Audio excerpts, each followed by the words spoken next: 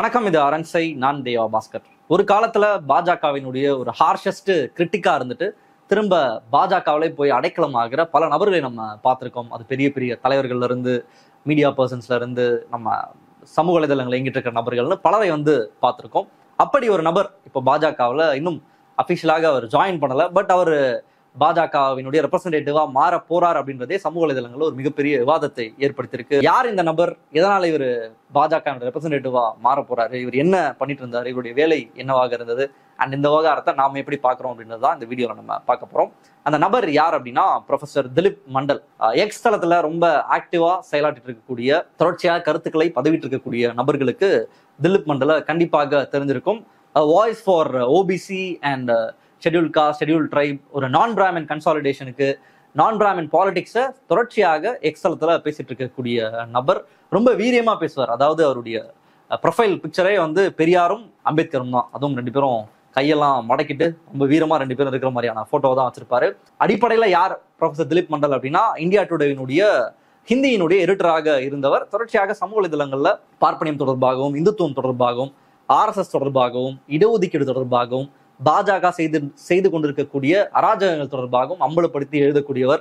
RSS எப்படி வேலை செய்யறாங்க, எப்படி யூனிவர்சிட்டிஸ்ல இருக்காங்க, ஊடகங்கள்ல எப்படி இருக்காங்க, அவங்களுடைய நோக்கம் என்னவாக இருக்கு, பாஜக என்ன வேலையை செஞ்சுட்டு இருக்கு இந்தியாவில், இது தொடர்ந்தால் இந்தியாவுக்கு எவ்வளவு பெரிய ஆபத்து இருக்கு, இதை நம்ம எப்படி எதிர்கொள்ளணும்னு தொடர்ச்சியாக இயங்கிட்டே இருக்கக்கூடிய நபர். சமூக வலைதளங்கள்ல இயங்குறதும் ரொம்ப சாதாரணமான விஷயம் கிடையாது. அங்க அபியூஸ் இருக்கும், ட்ரால்ஸ் இருக்கும்.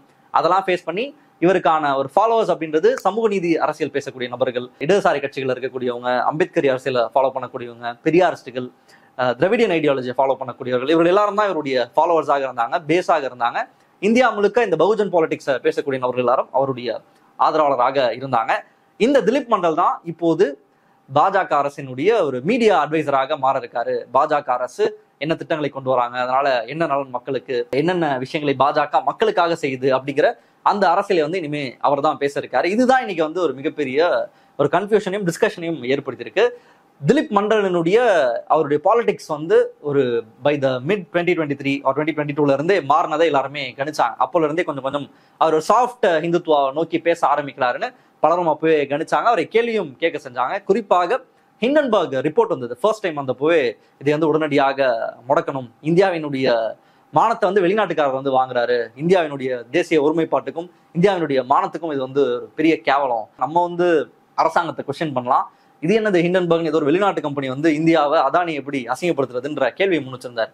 அப்பவே எல்லாரும் சந்தேகத்தை கிளப்பினாங்க. யார் நீங்க, என்ன பேசிட்டு இருக்கீங்க, ப்ரொஃபைல் அம்பேத்கரையும் பெரியாரையும் வச்சுக்கிட்டு உங்களுடைய கருத்து என்ன இவ்வளவு கேவலமா இருக்கு, தப்பு செய்யறவன் யாரா இருந்தானே இன்னைக்கு அதானிக்கு பேசுறதுக்கு வாய் கிடையாதா, இல்ல இந்திய அரசு தன்னை காப்பாற்றிக் கொள்ளாதா, ஒடுக்கப்பட்ட மக்களுக்காக பேசுறேன்னு சொல்லக்கூடிய நீங்க எப்படி அவங்களுக்கு போய் முட்டு கொடுத்துட்டு இருக்கீங்க, என்ன உங்களுடைய என்ன குமுதாவனுடைய ஆக்டிவிட்டிஸே சரியில்லைன்ற மாதிரி எல்லாரும் அப்பவே அவர் கேள்வி எழுப்பினாங்க. அப்போல இருந்தே ஒரு சாஃப்ட் இந்துத்துவா லைனை எடுத்து தொடர்ச்சியாக பாஜக ஆதரவு நிலைப்பாடை அப்பத்துல இருந்தே அவர் பண்ண ஆரம்பிச்சிட்டாரு. கொஞ்சம் கொஞ்சமாக அதை செய்து கொண்டே வந்திருந்தாரு. எப்படி செய்வார் அப்படின்னா, டைரக்டா பாஜக ஆதரவு வெளிப்படையாக நான் இந்துத்துவத்தை ஆதரிக்கிறேன், RSS ஆதரிக்கிறேன்னு சொன்னா அது இன்னும் ஒரு பெரிய அவுட்ரேஜை கிளப்போம் அப்படின்றதுனால அவர் என்ன பண்ணார் அப்படின்னா, ரொம்ப நேக்கா இந்துத்துவ சித்தாந்தத்தை ஆதரிப்பார். எப்படின்னா, பாஜக அரசுல ஷெட்யூல் காஸ்ட் மக்களினுடைய ரெப்ரசன்டேஷன் எவ்வளவாக இருக்கு, ஓபிசி மக்களினுடைய ரெப்ரசன்டேஷன் எதுவாக இருக்கு, பாஜக ஓபிசி மக்களுக்காக என்னென்ன வேலைகளை செய்யுது, பாஜக ஷெட்யூல் காஸ்ட் மக்களுக்காக என்ன செய்யுது, அரசினுடைய பொறுப்புகள்ல யாரெல்லாம் இருக்கா அப்படின்றதெல்லாம் தொடர்ச்சியாக சமூக வலைதளங்கள்ல போடுறது. கிட்டத்தட்ட பாஜக இந்த வேலை தான் செஞ்சுட்டு இருக்காங்க அப்படின்ற ஒரு நரேட்டிவை மக்களிடையே செட் பண்றது, அண்ட் ஒரு ஆன்டி முஸ்லிம் ரெட்டாரிக்கை முன்வைக்கிறது, அண்ட் பாஜக பாசிட்டிவ்ஸை முன்வைக்கிறதுன்னு ரொம்ப சட்டிலாக RSS, இந்துத்துவம், பார்ப்பனியம்னு எல்லாத்தையும் எதிர்த்துட்டு இருந்த திலீப் மண்டல் அப்படியே இந்த ரூட் எடுத்து தொடர்ச்சியாக டிராவல் பண்ணிட்டே இருந்தாரு. இப்போ ரீசெண்டா ஒரு வாரத்துக்குள்ள அவரை மீடியா அட்வைசரா போட போறாங்கன்ற செய்தி வந்தது. செய்தி வந்தோன்னே மிகப்பெரிய அவுட்ரேஜ் வலதுசாரிகள்ட்ட இருந்து வெளியே வந்திருக்கு. ஏன் அப்படின்னா, அவர் எங்களை அசிங்கப்படுத்தினாரு, பிராமணர்களை கொச்சப்படுத்தினாரு, பார்ப்பனியத்தை தப்பா பேசினாரு, இந்துத்துவத்தை அசிங்கப்படுத்தினாரு, பூணூல் அசிங்கப்படுத்தி பேசியிருக்காரு, இவருக்கு நீங்க எப்படி பொறுப்பை கொடுக்கலாம், இவருக்கு கொடுக்கலாமா, இவர் இவ்வளவு அயோக்கியத்தனம் பண்ணியிருக்காரு, எங்களை கொச்சப்படுத்திருக்காரு, எங்களுடைய மனதை புண்படுத்திருக்காரு, சமூக வலைதளங்கள்ல தொடர்ச்சியாக இயங்கிட்டு இருக்கக்கூடிய எங்களை எல்லாம் மிகவும் காயப்படுத்திருக்கக்கூடிய நபராக திலீப் மண்டல் இருக்காரு. அப்போ இந்துக்களை அசிங்கப்படுத்தக்கூடிய நபருக்கு நீங்க பொறுப்பை கொடுக்குறீங்களா அப்படின்ற கேள்வியை கடந்த 4-5 நாட்களாக வலதுசாரிகள் முழுமையாக முன் வச்சிட்டு இருக்காங்க. அவருடைய பொறுப்பை ஹோல்ட் பண்ணி வச்சிருக்காங்க அப்படின்றதெல்லாம் இப்போது வந்திருக்கக்கூடிய தகவலாக இருக்கு. எப்படி இருந்தாலும் திலீப் மண்டலுக்கு ஒரு நல்ல செட்டில்மெண்ட் காத்துட்டு இருக்கு அப்படின்றது உறுதி. அது வந்து மீடியா அட்வைசர் பொறுப்பு கொடுக்குறாங்களோ இல்ல வேற ஏதோ ஒரு பொறுப்பு கொடுக்குறாங்களோ இல்ல அன்அபிஷியலா இருந்தாலுமே கூட திலீப் மண்டல் மாதிரியான ஒரு ஹார்ட் கேட்ச் எல்லாம் கிடைச்சது அப்படின்னா பாஜக எப்படி பயன்படுத்திக்கும் அப்படின்றது நமக்கு நல்லா தெரியும். இப்போ திலீப் மண்டலினுடைய வேலை வந்து என்னவாக இருக்குன்னா, காங்கிரஸ் வந்து ஒரு மோசமான கட்சி, பாஜக பெட்டர் காங்கிரஸ் விட அப்படின்ற இந்த நரேட்டிவை இப்ப புஷ் பண்ணக்கூடிய வேலையை செஞ்சுட்டு இருக்காரு. அவருக்கு முட்டு கொடுக்கறதுக்கும் பலரும் வந்து பேசிட்டு இருக்காங்க. இன்ஃபேக்ட் அவர் எந்த அளவுக்கு திலீப் மண்டல் முட்டு கொடுத்துட்டு இருக்காரு அப்படின்னா, ஒரு பட்டியல் சமூகத்தை சேர்ந்தவரை வந்து ரயில்வேஸ்ல ஒரு முக்கியமான பொறுப்புல உட்கார வச்சிருக்காங்க. இது வந்து நரேந்திர மோடி பிரதமராக இருந்த சமயத்தில் நடந்த சில முக்கியமான நிகழ்வுகளை சுட்டிக்காட்டுறாரு. For the first time, His Excellency the President is scheduled tribe. 27 OBC ministers at the center. First time ST on the post of CAG of India. Effect of the environment of Modi era, for the first time 4 SC judges in the Supreme Court. Important ministries and departments with OBCs. OBC chairman of National Highway Authority. For the first time, a Dalit artist, the great Ilayaraja, got nominated to the Rajya Sabha. For the first time, such a large number of SC, ST, OBC in Padma Awards. These awards are now public awards and Delhi's elites have now reduced in it. Elites remain angry with Modi ji. There is a long list. And these are just the social justice work that is a part of their overall workload. Technology and development work have raised the waters, and what happens is that everyone's boat have risen. That list some other time. For now, congratulations, salutations, salutes. இது வந்து பிரதமர் நரேந்திர மோடிக்கு தெரிவிச்சிருக்காரு. And இப்போ ரீசெண்டா பயங்கரமான ஒரு இந்த ஓபிசி பாலிடிக்ஸை, நான் பிராமின் பாலிடிக்ஸை ராகுல் காந்தி கையில் எடுத்திருக்கிறத நம்ம பார்த்துருக்கோம்.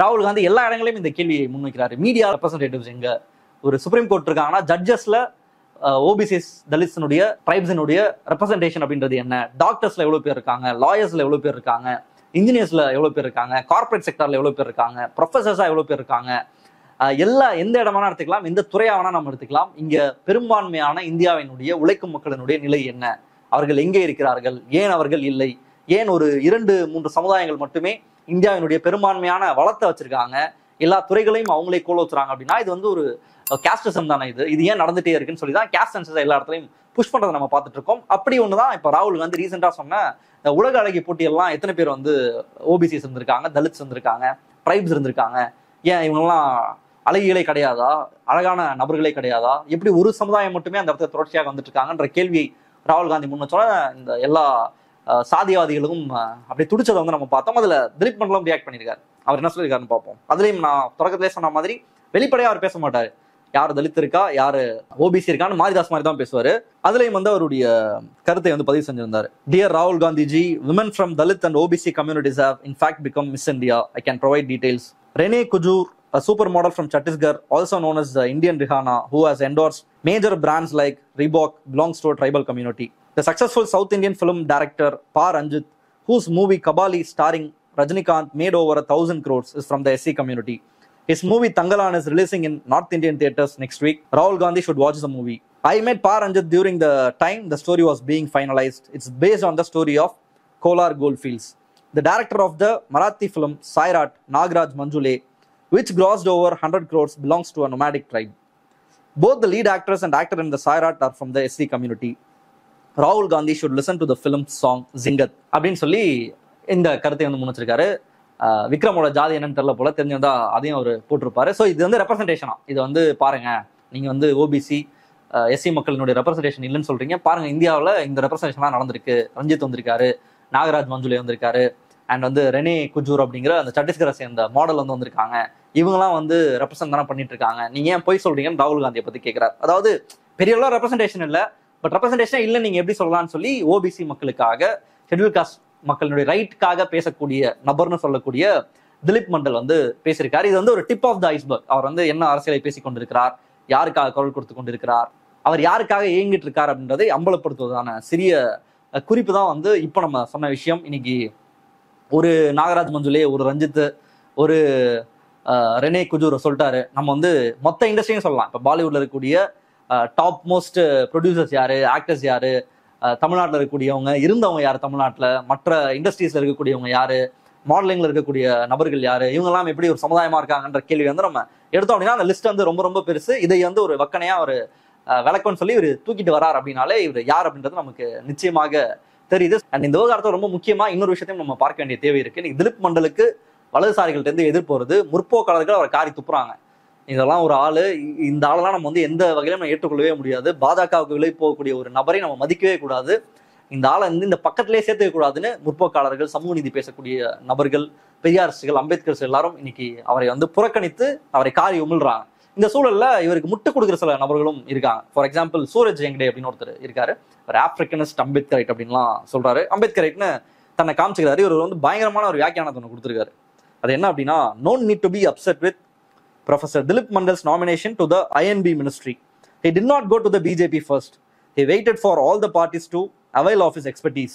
Nobody gave a hoot, and so he went to a place that recognized him. The position is honorary Sarkari. He battled for MK Stalin, Mayawati incessantly, met with Stalin to chalk out an India-wide plan, even played for non-Brahmin Congress leaders. Yet they did not offer him a job that he deserved, let alone a professional position or administrator. I have been a witness to this.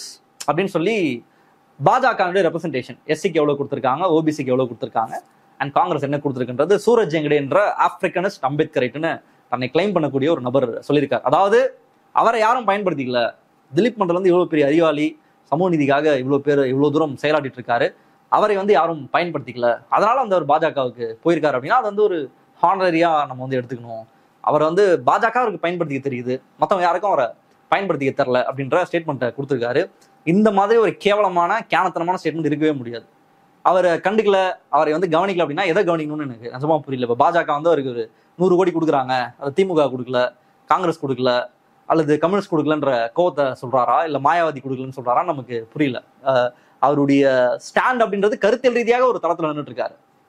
சமூக மாற்றம் அப்படின்ற ஒரு இடத்துல கருத்தியல் ரீதியாக நிக்கிற நபர் வந்து அவரை வந்து ஒரு கட்சி வந்து வென்றெடுக்கலன்னு சொல்றதெல்லாம் வந்து பச்சையான ஒரு அயோக்கியத்தனம். இருக்கக்கூடிய மக்களை வந்து முட்டாளாக நினைக்கக்கூடிய ஒரு செயல். இதே தான் இளையராஜாக்கும் பண்ணாங்க.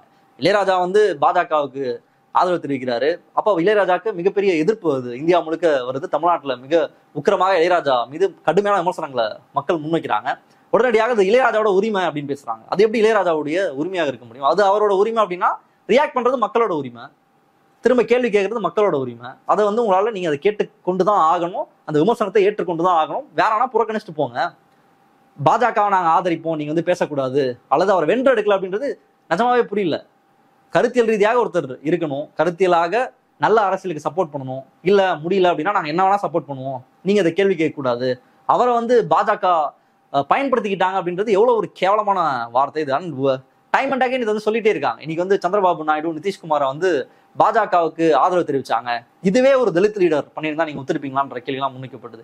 யார் பண்ணாலும் தப்பு தாங்க. பாஜகவுக்கு சப்போர்ட் பண்றது யாரா இருந்தா என்ன, அது இளையராஜாவா இருந்தா என்ன, ரஜினியா இருந்தா என்ன, குஷ்புவா இருந்தா என்ன, இன்னைக்கு ப்ரொஃபசர் திலீப் மண்டலா இருந்தாருன்னா, இல்ல சூரஜ் ஹெக்டேவா இருந்தாங்க, யார் பாஜகவுக்கு ஆதரவு தெரிவித்தாலும் அவரை எதிர்ப்பதற்கு பாஜக எதிர்க்கக்கூடிய நபர், கருத்தியல் ரீதியாக RSS இந்துத்துவா கருத்தியலுக்கு எதிராக இருக்கக்கூடியவர்கள் விமர்சனம் செய்யதான் செய்வாங்க. அதை வந்து அவரை காப்பாற்றுவதற்கு, அவருக்கு முட்டு கொடுப்பதற்கு, நான் வந்து ஒரு கேவலமான அரசியலை செய்வதற்கு அது என்னோட உரிமை, நான் பாஜகவுக்கு ஆதரவு தெரிவிப்பது என்னோட உரிமை, அது ரெப்ரசன்டேஷன் கொடுக்குறான்னு பேசலாம். எவ்வளவு கேவலமான ஒரு விஷயம். இன்னைக்கு திரும்ப எதிர்த்து நிற்கிறாரு பாஜகவை, கருத்தியல் ரீதியாக திரும்ப எதிர்த்து நிற்கிறாரு. நாளைக்கு திரும்ப பாஜக ஆதரிச்சா விமர்சனம் செய்ய தான் செய்வாங்க. அது திரும்பவோட உரிமைலாம் யாரும் புறக்கணிச்சுலாம் போக மாட்டாங்க. அண்ட் மியர் ரெப்ரசன்டேஷன் தான் முக்கியம் அப்படின்னா பாஜகவுடைய ரெப்ரசன்டேஷன் தான் முக்கியம். பாஜக கொடுக்கக்கூடிய ரெப்ரசன்டேஷன் சரியா இருக்குன்னு இவங்களுடைய பார்வை இருக்கான்ற கேள்வியும் நமக்கு இருக்கு. இன்னைக்கு எல்முருகன் பாஜகவில் இருக்காரு, அமைச்சரா இருக்காரு. திருமாவளவன் தமிழ்நாட்டுல ஒரு தனி தலைவராக, திருமாவளவன் நாடாளுமன்ற உறுப்பினராக இருக்காரு. ராசா திமுகவினுடைய துணை பொதுச்செயலாளராக இருக்காரு, நாடாளுமன்ற உறுப்பினராக இருக்காரு. அப்போ இது எல்லாமே நம்ம பாக்குறோம்ல, இதுல யார் பவர்ஃபுல்லா இருக்கா? திருமா பவர்ஃபுல்லா இருக்காரு, ராசா ஒரு கட்சியில அவர் பவர்ஃபுல்லா இருக்காரு. அவர் மினிஸ்டராக இருந்தாலும் அவருக்கான இடம் அப்படின்றது என்னவாக இருக்கு? அவரால் தனியா வாய்ஸ் அவுட் பண்ண முடியுமா, பேச முடியுமா? அவருக்குன்னு சொந்தமாக ஒரு கருத்து இருக்க முடியுமா? ராசாவுக்கு திமுக இருந்தாலும் அவருக்கு தனியாக ஒரு கருத்து இருக்கு, சொந்தமாக கருத்து இருக்கு.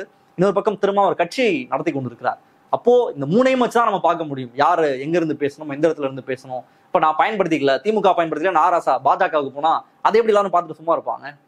திரும்ப வந்து எனக்கு நீங்க MP சீட்ல என்ன தோக்கடிச்சிட்டீங்க, நான் அதனால பாஜகவுக்கு போறேன்னா அதை எப்படி மக்கள் பார்த்துட்டு இருப்பாங்க? அது எப்படி ஒரு உரிமையாகும்? அப்ப நீங்க மக்களுக்காக நிக்கல, உங்க சொந்த தேவைக்காக நிக்கிறீங்கன்னா நீங்க இதுக்கு ஒரு அரசியல்வாதினோ அல்லது மக்களுக்காக அரசு ஏன் வெளியே பீத்திட்டு திரிறீங்க? நான் சொந்தமா பணம் சம்பாதிக்கிறதுக்கு, காசு வாங்குறதுக்கு, இதை வச்சு செட்டில் ஆகிறதுக்கு வந்திருக்கு அரசியலுக்கு, அதனால நான் அதெல்லாம் பண்ணிட்டு இருக்கேன். யார் பயன்படுத்திக்கிறாங்களோ, யார் காசு கொடுக்குறாங்களோ நான் போயிடுவேன் அப்படின்றது பாலிடிக்ஸே கிடையாது. அது ரொம்ப ஒரு கேவலமான சில்லறைத்தனம். அந்த சில்லறைத்தனத்தை வந்து அரசியல் அது ஒரு பெரிய மூவ். ப்ரொஃபசர் திலீப் மண்டலை வந்து பயன்படுத்தினான்னு யார் தூக்கிட்டு வந்தாலும் புறக்கணிக்கணும். அதுதான் நம்மளுடைய வேலையாக இருக்கணும். மற்றபடி மக்களுக்கு விரோதமான அரசியலை யார் செய்தாலும் அவர்களை கேள்வி கேட்பது, அவர்களை விமர்சிப்பது அப்படின்றது உரிமை.